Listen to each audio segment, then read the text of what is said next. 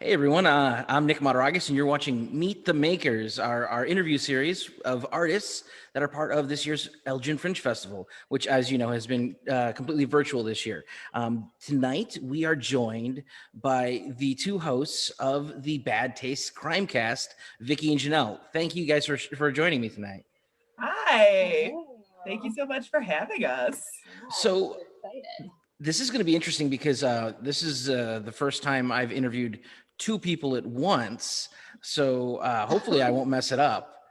Hopefully we won't mess it up. God, Fair yeah, enough. that's what I'm thinking. So you guys host the Bad Taste Crimecast. Sorry, I can't pronounce it for some reason. Right. Maybe explain to our audience what that is specifically. Oh my goodness.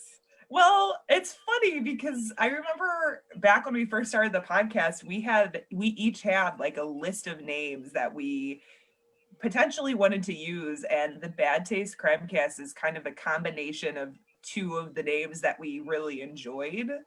But also we have kind of a sixth sense of humor, I guess.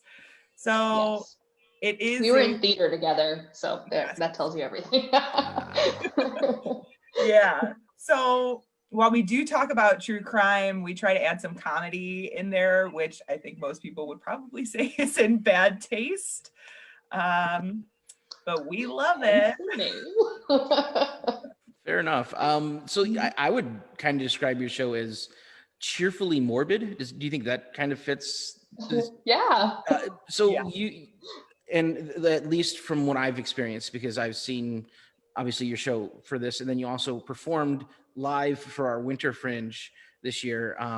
So it seems like you guys have kind of an overarching topic for an episode, and then each of you pick a story that fits that, and it's usually they're both dark tales, real stories though. They're not made up, and you kind of go over them.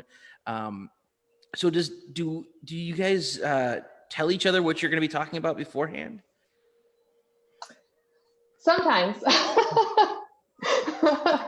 Yeah. Yeah. Sometimes we're like, okay, I'm going to cover this person, so don't touch it. But sometimes we don't tell each other at all. Has that ever like bitten you? Like, oh, we're both talking about the same thing this episode.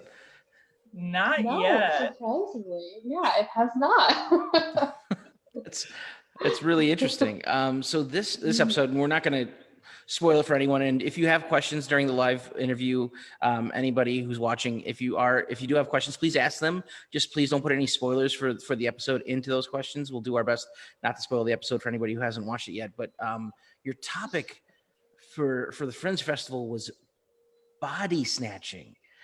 How did you come across that topic?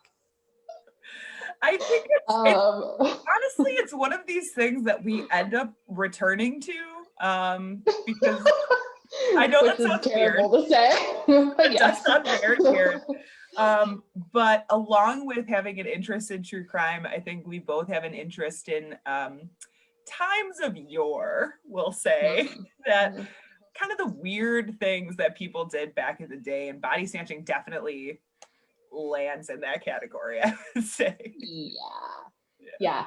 We've covered a lot of sort of like Victorian era tales, and I think that is kind of like that, along with cults, is like our specialty. But body snatching is so interesting because it still happens. Yeah, that's that was shocking. Like the fact that one of the stories was a modern tale of body snatching still happening. It was kind of amazing to think that still goes on, and to that degree. Did you know ahead of time on this one specifically that one of you was going to go with an older story and one with a newer story? No, we didn't. I told Vicky I wanted to cover the case that I covered because I have, I don't want to say a passion, I have an obsession with that particular story because of its kind of grandiosity. But yeah, Vicky knew what I was doing, but I didn't know what she was doing. was Yeah. the surprise. Yeah, So my reaction was very authentic. Yeah, I always feel like Janelle is the one who, because we do kind of alternate on who chooses a topic for an episode, and Janelle definitely is the one that picks these things that are from the past, which is fine. I love them.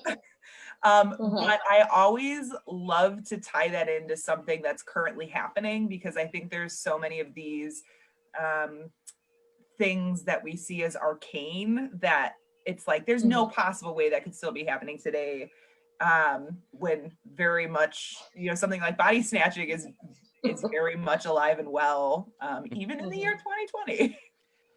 Yeah. It's interesting. How long has your show been going? You guys have been a podcast for a while now. When did you first start the podcast? Oh my goodness. It's coming up on 4 years. Oh wow.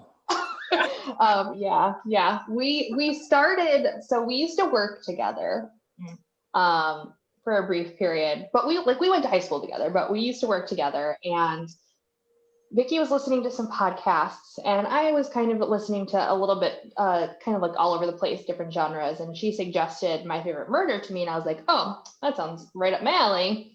And we kind of like got way too into it, to the point where like our manager was telling us to stop talking to each other. Yeah, we started working finally in the same department, and people would be like, okay, you guys really need to shut up about these gruesome murders though, because we're trying to like get work done. But then there were a couple who would like scoot their chairs over, and they'd be like, tell me more. Yeah, we did have like it was like a murder, like a BTC gang. Yeah, already starting. It was like Murder Club is what we called it. Yeah. And this is back when they released, it was around the anniversary of Jean-Benet Ramsey's murder, and they released a TV show. Such a fun time. Where they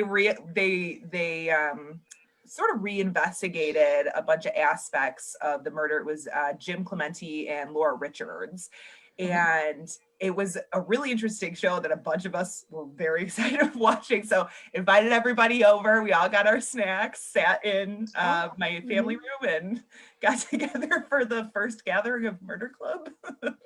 Yeah. It was a blast. It was fun. That's amazing.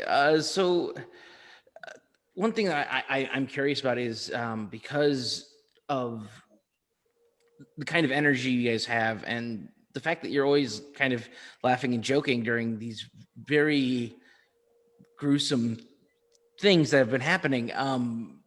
What kind of interesting reviews? Podcasters will get good reviews and bad reviews, no matter how good the show is. But have you had any like really weird, interesting like reviews about your show? We have a special audience that I think understands that you have to sometimes make light of a situation in order to kind of be able to deal with it. We do talk about really heavy topics, and we infuse it with a lot of comedy, but we also have a lot of aspects of our cases where we talk about like social justice and the law. So there have been episodes where I literally like, Vicky has to tell me to like calm down, where I'll pull out my little soapbox and I'll be like, listen, guys, this is not okay. So, there are a few episodes where we kind of are a little bit more serious, and then there are quite a few more where we try to look at it with a little bit more humor, because it is so heavy. But we kind of like prepare people for that when we start getting into the episode, so that they're not like, wow, these people are just like laughing at somebody's death. Yeah. I don't know that we've ever gotten anything particularly weird. I know we were called murder sirens once. That was fun. Ooh. Yes. We've also maligned several different groups that listen to us, and particularly accountants. Oh my God. I'll make some broad, general, sweeping comment and like, accountants, they're boring. And then like everyone in the audience is like, we're accountants. Like, That literally happened. It literally happened. Wow. That's amazing. So you like I mentioned earlier, you guys participated in our Winter Fringe, which was a live event. People watched you live do your podcast, and then you did this video format version for our virtual festival. What kind of, like, both of them used visual aids, like archival photos, stuff like that. Do you find that is easier or harder because of the fact that you're normally an audio based production, or what's that like? How is that different for you guys? Yeah. We have to get ready for one. Yeah. For somebody, we have to put clothes on.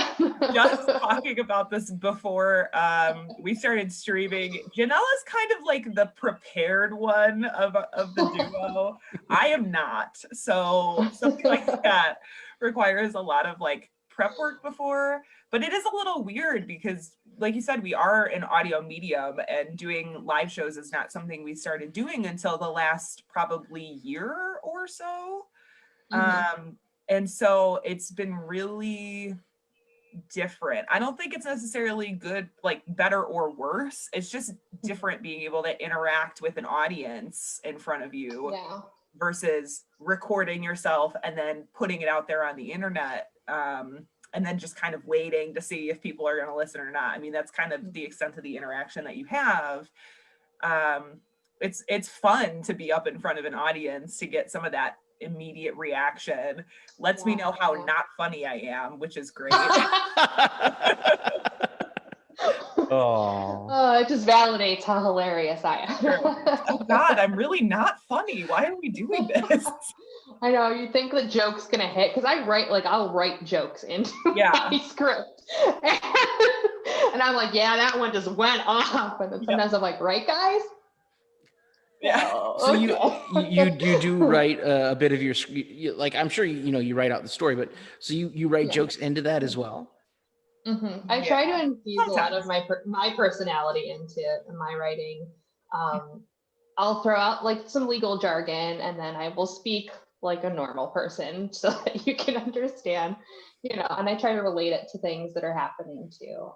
But yeah, I do write some jokes into my stuff.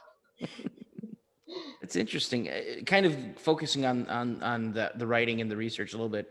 How do you guys find these stories? Oh my gosh, all over the place. Question. Yeah. Sometimes there will be things happening in the news that's like, okay, this is something that's really relevant. We just recently did an episode on the federal death penalty, because that was something that was going on, a debate about the federal death penalty about a month or two ago. And so we wanted to look at other similar cases, but sometimes it's literally as much as I'm listening to another podcast about something totally unrelated to crime, and they happen to mention somebody that I'm like, oh, I should look into this person later. The amount of Post-its that I have spread around my desk with just like names scribbled on them is kind of weird, probably. Yeah. Sure is. Yeah. Yeah. I tend to, because I work at a library also. So I have a lot, and then on top of like grad school, I have a lot of research database stuff that I have to do. And I'll kind of happen across things on there, or a lot of people will stop and tell me stories. And be like, you should cover this. You should hear about this. And so that also informs a lot of what I do. I'll look into cases. We actually covered a case about Elgin not too long ago that was given to me by someone. So that also informs a lot of what I do. Yeah. That's actually really cool, so that you take in listener suggestions and go with that. That's totally cool.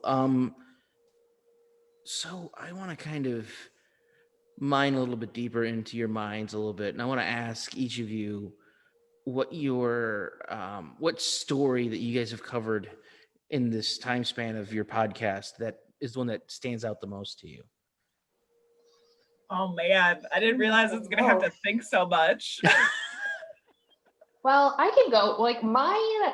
So I like to do a couple that are like on the lighter side, murder light, as you've been calling it. And the one that I enjoyed the most was the episode where I picked natural or man-made disasters, and it was the Great Molasses Flood of 1919. It sounds like, okay. But then when you start realizing that people were slowly suffocated to death by molasses, you're like, what kind of world are we living in?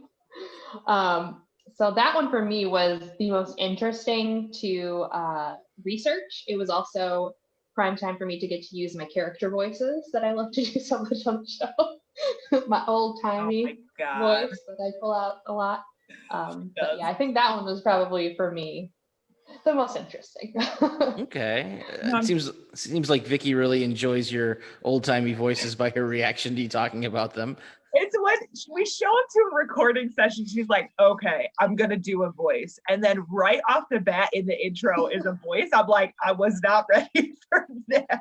I told her to do a voice. Yeah. She'll pull them out at the most random times. And you know what? She's very good at it. She's very good at it. But it is the funniest thing, I think. I'm trying to think if I have like a favorite. We've covered so many topics.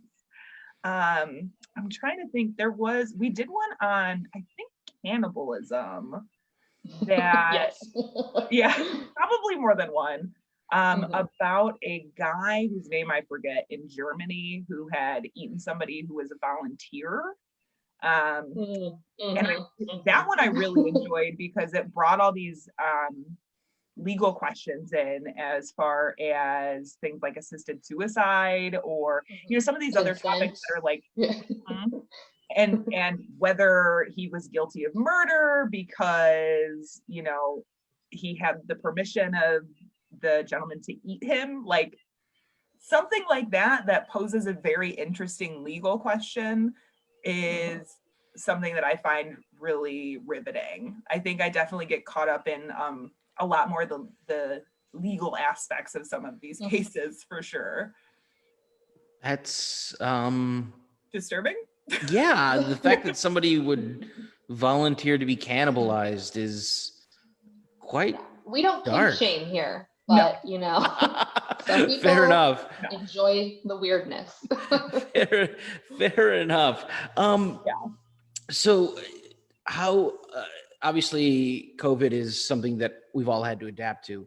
But how do you guys normally work to record? Do you record in the same room normally, or do you record remotely? How do you guys do that? So normally we would be in the same room. We actually have a very lovely studio space at the home of our sound producer, Tiff Pullman. And I just want to give her a shout out because she does an amazing job. But we're normally in the same room together. And when the pandemic hit, we were forced to kind of scramble to do something different because there's not just the two of us with Tiff there also. There's three of us when her husband is there, there's four of us. So we were really trying to limit the amount of exposure we had. So we started actually recording remotely from home, which has worked pretty well. And when we went to record the episode for the Fringe, that was actually the first time Janelle and I had been in the same room in like 4 months. Yeah. Wow. Yeah. It was very exciting. Because there is something about being able to sit across from Janelle and have a reaction in real time and being able to see that happening, like that you don't get as much when you're recording remotely, I think. Yeah. It's a little different. Yeah, I'm sure. And then you recorded that here, right? At Side Street? Yeah. Okay. And how was that like? I mean, because you guys it was interesting because obviously you had the images superimposed after, but like you guys were like 6 feet apart at two separate tables. It was a very interesting setup. What was that kind of like, the mechanics of that, and how did that feel being in the same room but kind of at a weird distance? We actually do sit pretty far apart when we are recording. So that wasn't too crazy, but we did make the lights go out. So that was Oh my gosh, yeah. I forgot about that. Yeah, we were like, I was like mid soliloquy, and then the lights went out. Oh, I totally forgot that happened. Was it just like a power outage, or? Yeah. Yeah, we just brought the house down, so you know. So did you start over, or did you guys try to, like, I didn't notice anything, so I'm guessing you probably started back from the beginning. So thankfully I'm very breathy, and so I was able to just insert right back into a pause that I took. Oh, nice. Yeah. Well, it's not even noticeable. I didn't even realize that. So that's awesome. That's the quality you get from Side Street. Yeah. There we go. No plugging, but yes. Not at all. You guys also have, and I think that's just something that a lot of podcast enthusiasts kind of geek out on. You guys have some pretty cool artwork. How did you get your artwork? Vicky? Oh, can I continue this? Yeah. So I am a little bit of that. Yeah, so I am a graphic designer, actually, in my real life, although I am in the midst of a career change. But it was really handy when we decided to start a podcast, because I was like, cool, I'll do the album artwork. But you know what I mean. I'm thinking of like on a phone, album artwork. And that was one of probably like 3 or 4 designs, I think, that we had come up with, and just love this kind of like old school creepiness of it. Very noir, Yeah. I mean, it's really cool, and I love the fact that it's got that kind of, you talk about noir, but it's also got like that, like the film grain lines in it, and it feels a little bit soft because of the way you faded the edges and stuff, and so it definitely fits the show very well. Thank you. I don't get to do as much like my own stuff or freelance stuff, so that was really a fun creative project. That means a lot. Thank you. Oh, no problem. Nice.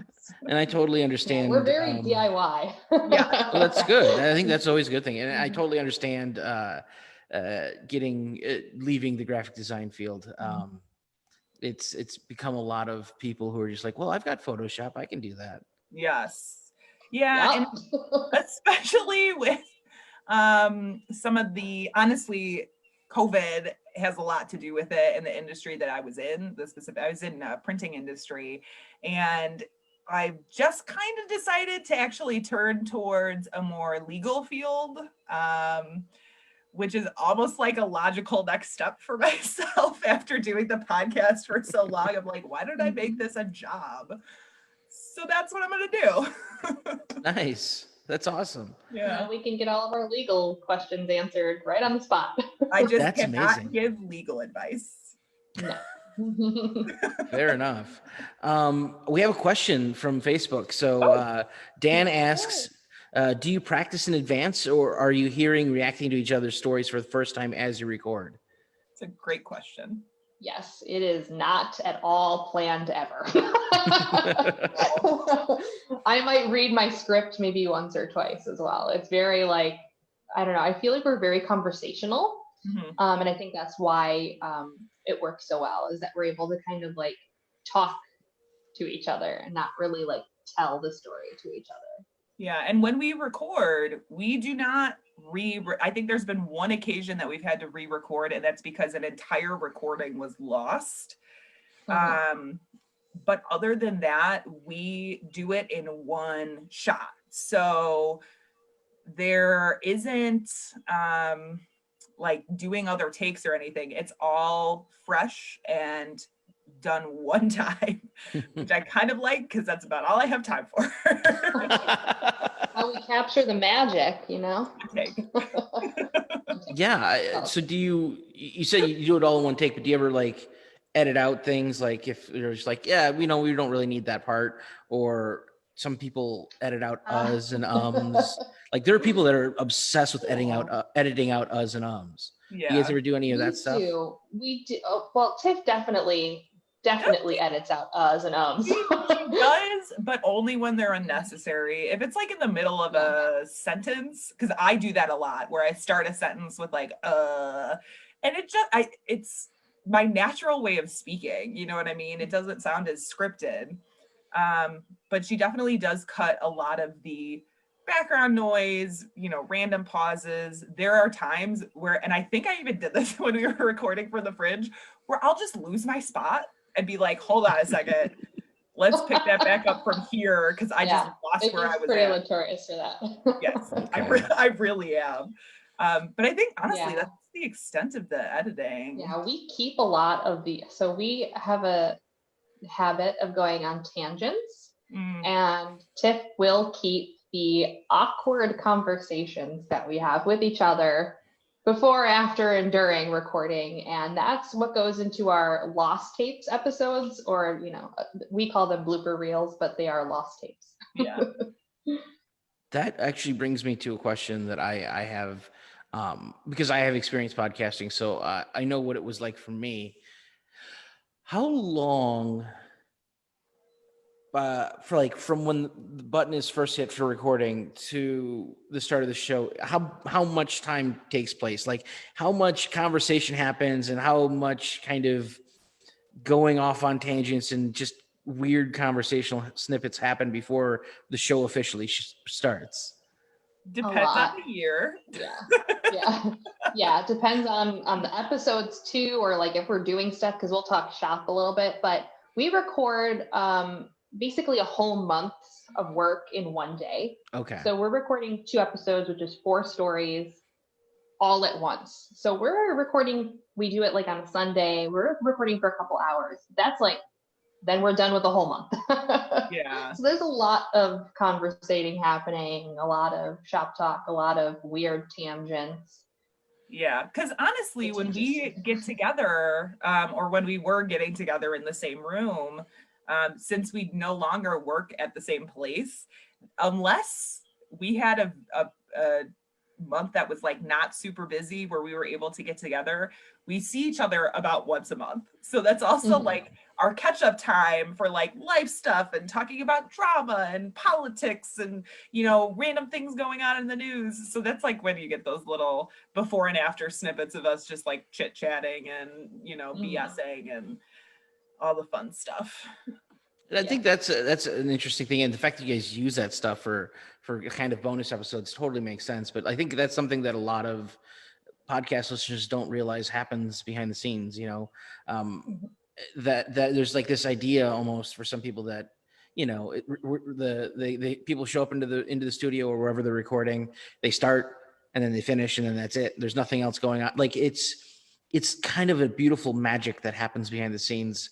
And it's very human. And so it's really interesting that you guys put that out there like that as well. Yeah, I think it's interesting that you bring that up, because I don't know even if we podcast like other people do. Like, I don't know if what we do is the normal way to podcast, because even though we've been doing it for almost 4 years, I still feel like we don't know what we're doing all the time. And really, when we started it, like Danelle said, we're a very DIY podcast. We were trying to figure out what we needed to do, getting the website up and running, how to create an RSS feed. Like that, that was a whole thing that I didn't know I needed to know, and then needed a lot of research. Yeah. So I don't even know if we do it the same as normal people do. Normal. Yeah, I feel like this is kind of like an outlet for us, and it's fun. And I feel like because we've gone to podcast festivals before, there's like a nice kind of, I would say low-key true crime podcast festival that happens, that we attend. And I feel like we are not at all as serious as a lot of the other, like they are trying to straight up solve crimes. And while that is fascinating, I do not have the emotion. I'm an empath. I do not have the emotional capacity to be on the street solving crime. I just want to take a historical and a law look at it. I literally just want to get together with my friend and talk about murder. That's all I want to do. I love So that. That's great. And then we record it. Yes.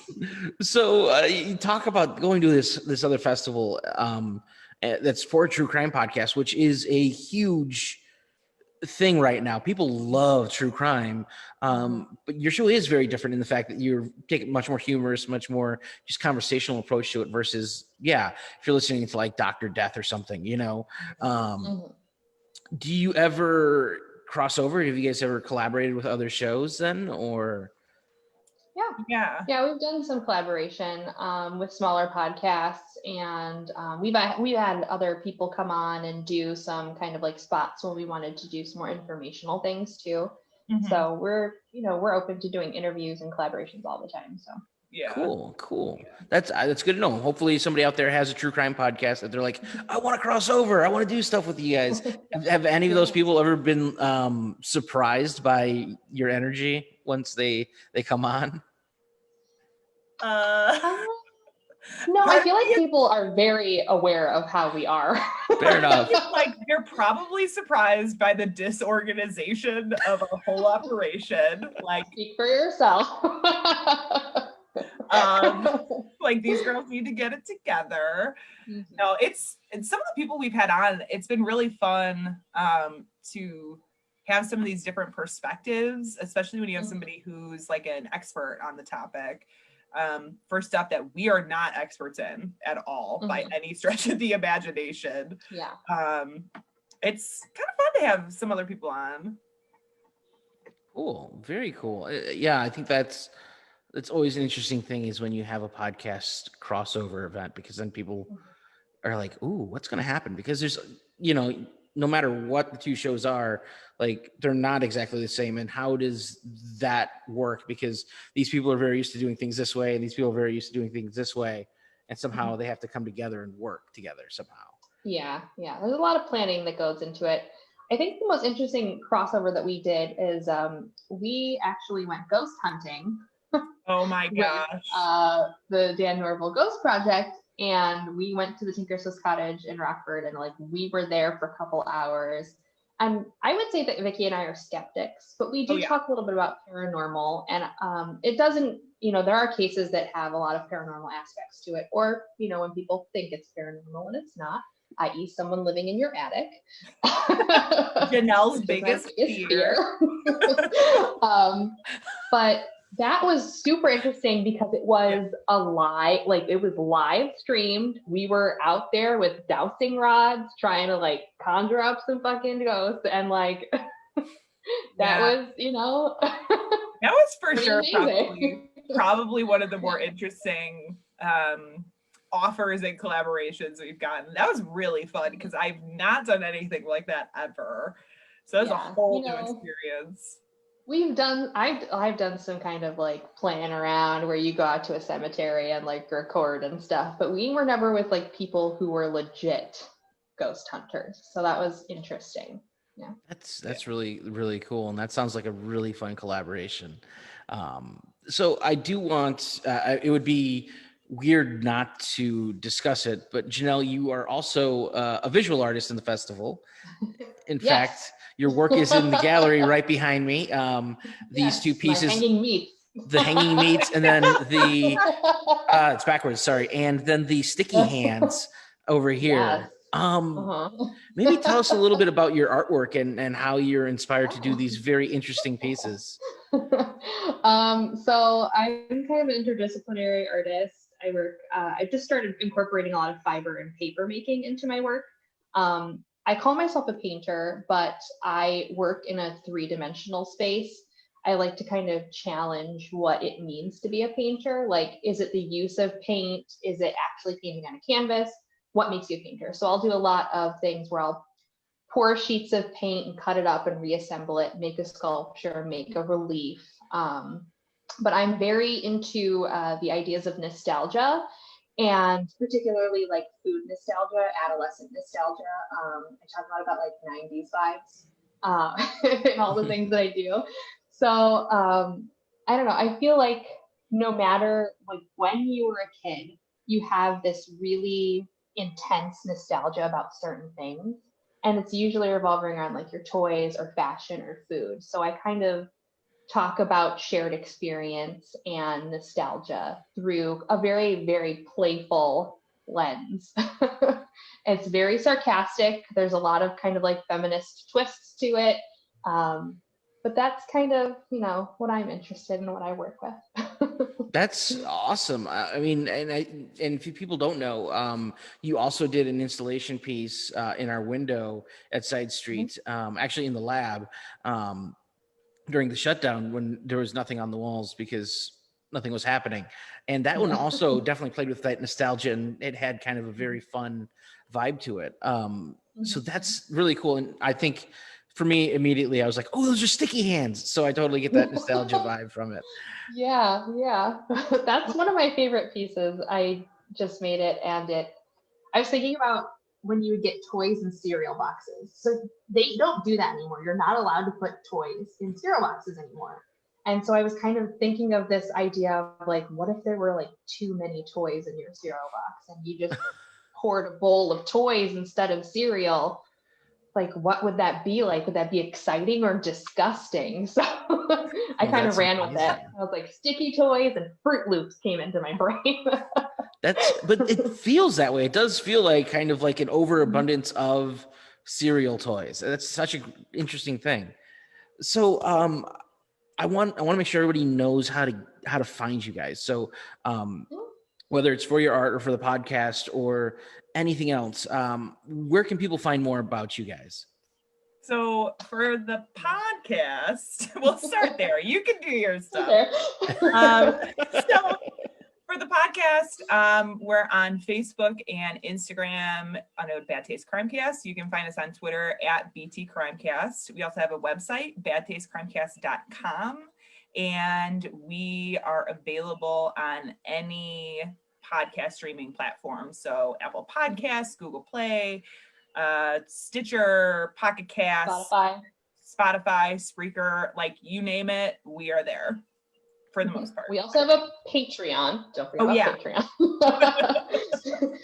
Where we do a lot of kind of extra content. We were doing a lot of episodes around the holidays. It was like the 12 Days of Christmas Murder style. We did a Cocktails and Conspiracies. So there's a lot of additional content, and we release a lot of stuff ahead of time for our Patreon subscribers. So it's a great way to kind of know what's going on before everybody else.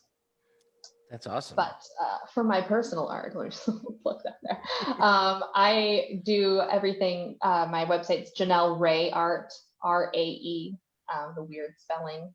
And I do have an Instagram that is, what is it? Janelle Ray Design. I just started a new Instagram. Janelle Ray Design. And then The Artful Janelle Ray is my personal one. I kind of put my, paintings and things on my personal one, and then I have design work, jewelry, and things that I put on my other one. Yeah, and shout out to this is a recent development that Janelle has started making jewelry that you can purchase.